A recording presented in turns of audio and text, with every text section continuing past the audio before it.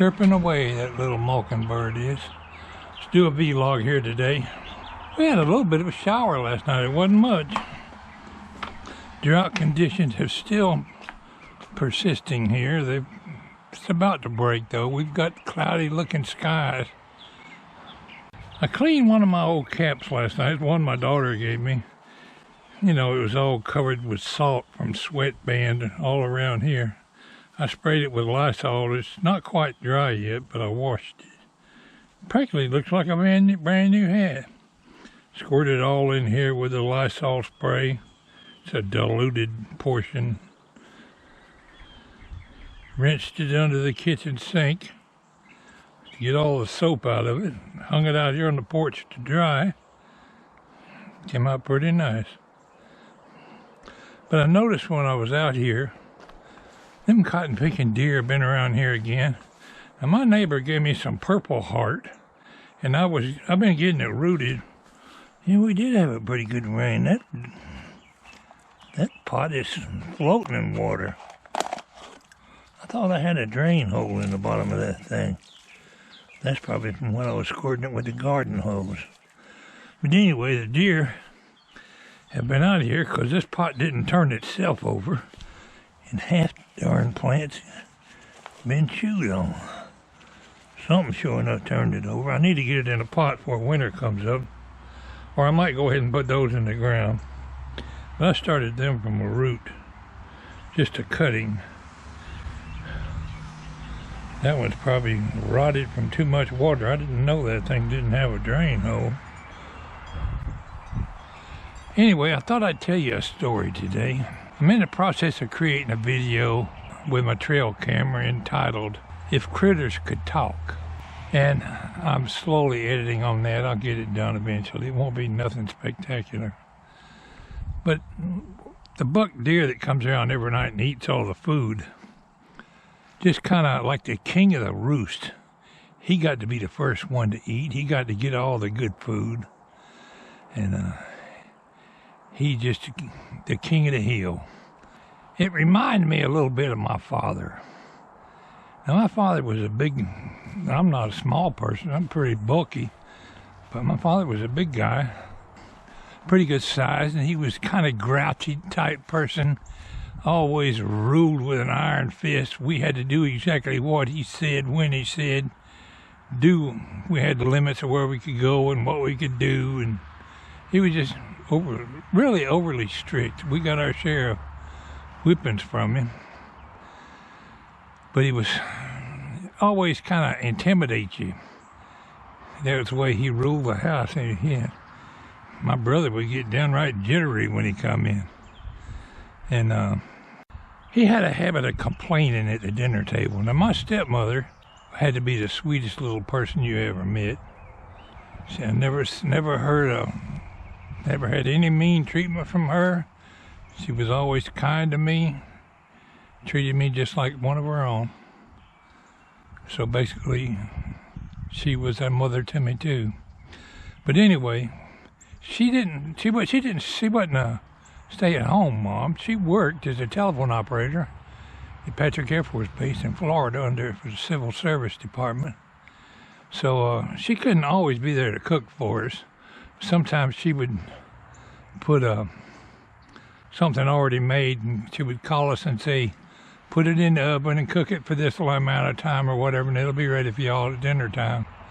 But me and my brother were getting on towards our teenage years. We could pretty well take care of ourselves by then. And often, if they were going to be gone any length of time, one of our older stepbrothers or stepsisters would come and stay with us. I'm reminded of this time when he came in the house. Now, he had to have everything done just right at dinner time. And I might have told this story before. If I did, I hope I'm not repeating myself, or not boring you too much with a repeat story. Let's go over here and sit down in this chair. I'm tired of standing.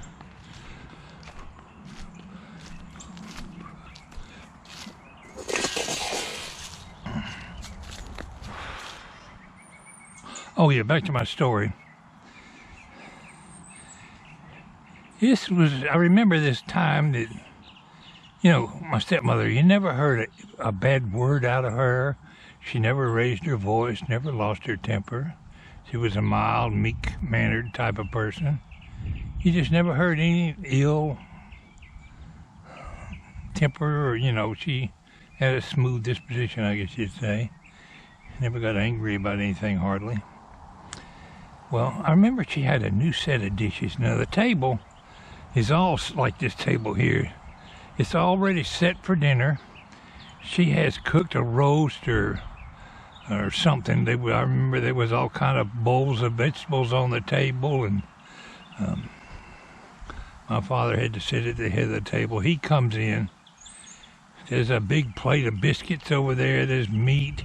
There's peas and beans, and I don't remember what all was on the table, but it was all set. All the dishes were all lined up around the table with the silverware out. Me and my brother sat on that side of the table. Maybe he sat on one side and I sat on the other. That's neither here nor there anyway. She was down at the other end of the table. He's sitting down at this end of the table. Now, you got to picture this. These are a brand new set of dishes. She's so proud of that set of dishes. She's cooked all this dinner. She's been in the kitchen working.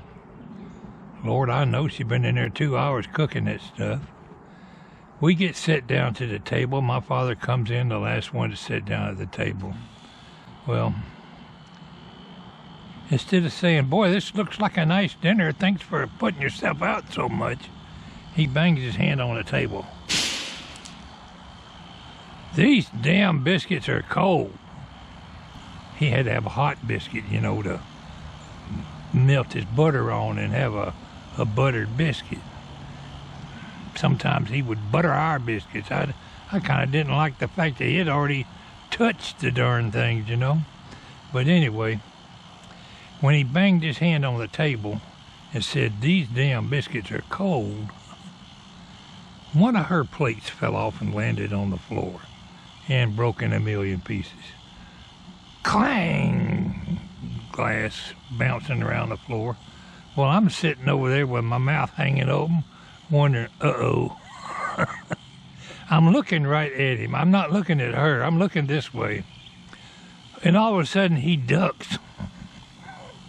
And this big, huge bowl of gravy, a gravy boat full of gravy, went right over his damn head and landed out towards the living room, broke in the middle, million pieces, and gravy just dripping every damn where. And I heard her cuss for the first time I've ever known her, and she didn't hold no words back. She's already stood up at that end of the table. About the time he sits up from ducking that gravy, he got hit with a bowl of mashed potatoes. He got potatoes all over him. He couldn't get up from that table fast enough. And she was saying, now I'll abbreviate some of her language. I never heard her say it before. Break my damn dishes, will you?